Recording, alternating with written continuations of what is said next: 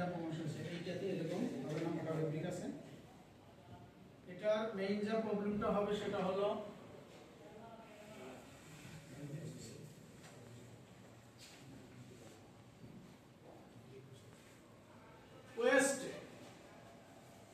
ওয়েস্টের এলাস্টিকের height কত হয়? 2.25 ইঞ্চি। এটা কত 2 ইঞ্চি নাকি? হ্যাঁ 2 ইঞ্চি না? হ্যাঁ 2 ইঞ্চি।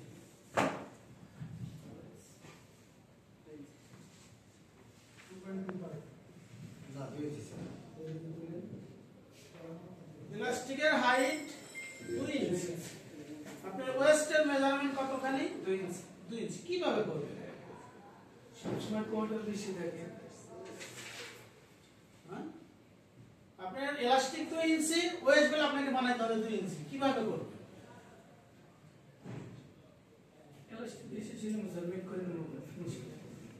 কিভাবে মেক করবেন? স্যার আমরা বেলটা মেক করে বেলের ভিতরে যে উপরে ইলাস্টিকের অংশ পাইবো না। এই যে এখানে দিয়ে আমার এলাস্টিক ফিক্সড ওটা বাগবে না।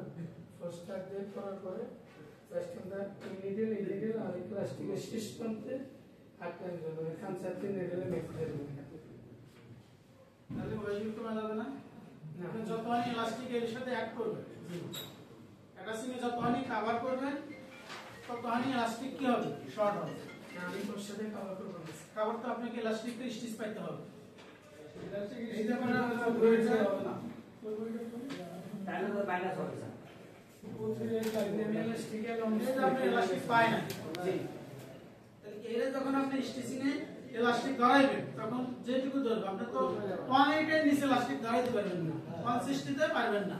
তার কারণ হলো এখানে যে মোটা জায়গা, তাহলে মিনিমাম 180 ধরাইতে হবে। তাহলে 180 ধরাইলে তো 180 আপনার শর্ট হয়ে যাবে। তাহলে কি করবেন আপনি? ইলাস্টিক বাড়াইতে হবে অথবা মেজারমেন্ট অনেক মাইনাস নিতে হবে। ইলাস্টিক এখন কিভাবে বাড়াবেন? আপনি ইলাস্টিক তো চলে আসছে। যদি চলে আসে তাহলে এটা দিয়ে করানো লাগে তাও করা যাবে, কিন্তু স্যার ইলাস্টিক পাইলে বাদ থাকবে না পেলে এখানে যেরকম অবস্থা নিয়েছে যেরকম হবে না পাইলে কোয়ালিটি খারাপ বাংলা করে দেবো। ইলাস্টিক পাইলে কন্ডিশন হয়েছে ইলাস্টিক পাইলে কোয়ালিটি ভালো হবে। আমরা বাংলা করে দেবো। এইখান থেকে একটা কল আউট যাওয়ার কথা ছিল, সেটা সাবকমিশন সিদ্ধান্ত নেওয়ার কথা ছিল। সাবকমিশন জানেন আপনারা যখন সাইড সিট বানাইছেন তখন আপনাদের কোনো কল আউট নেই, আসেনি না যে আমরা 2 ইঞ্চি দিয়ে 2 ইঞ্চি কিভাবে করব। এই যাবত ধরা তো সব করে আইছি কোয়ার্টার প্লাস, তাহলে আমি 180 প্লাস।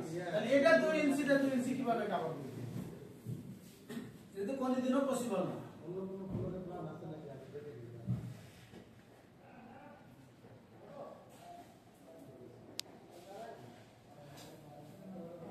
এটা 180 শর্ট হবে, বাট আমাকে 100%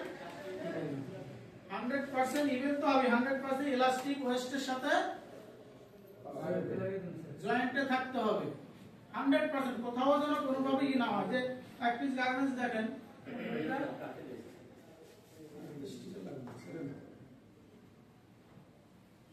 ওটার বেশি পায় না দেখে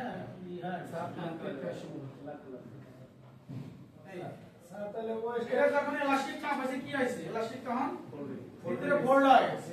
এটা যখন নিচে পাবে তখন ওটা সোজা হবে। যখনই না পাইছে ইলাস্টিকের ভিতরে কি করতেছে? ইলাস্টিক এই যে ঘুরে দিলে করতেছে, ইলাস্টিক গলা হয়ে যাবে স্যার। দেখছেন?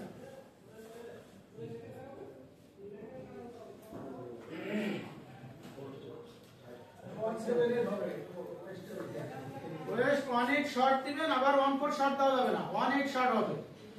180 ঢুকাইবেন, 180 শর্ট দিবেন। আর হোল 100% হোল ওয়েস্টের মিডলে হবে। আর দেখেন একদিকে উঁচা আরেক সাইডে নিচা। আর আরেকটা জিনিস যেটা সেটা হলো ইনসাইডে যে এখানে কভার স্টিচ আছে 406 স্টিচ, স্টিচের পর এটা যেন কোনোভাবেই টপে ভিজিবল না হয়। এই টপ সাইডটা যেন এটা কোনোভাবেই দেখা না যায়। এটা 100% ইনারে থাকবে, ভিজিবল হওয়া যাবে না। এবং এই স্টিচটা একটু ঘন করে দিবেন, এবং খেয়াল করবেন কোনো স্কিপ স্টিচ না পড়ে আর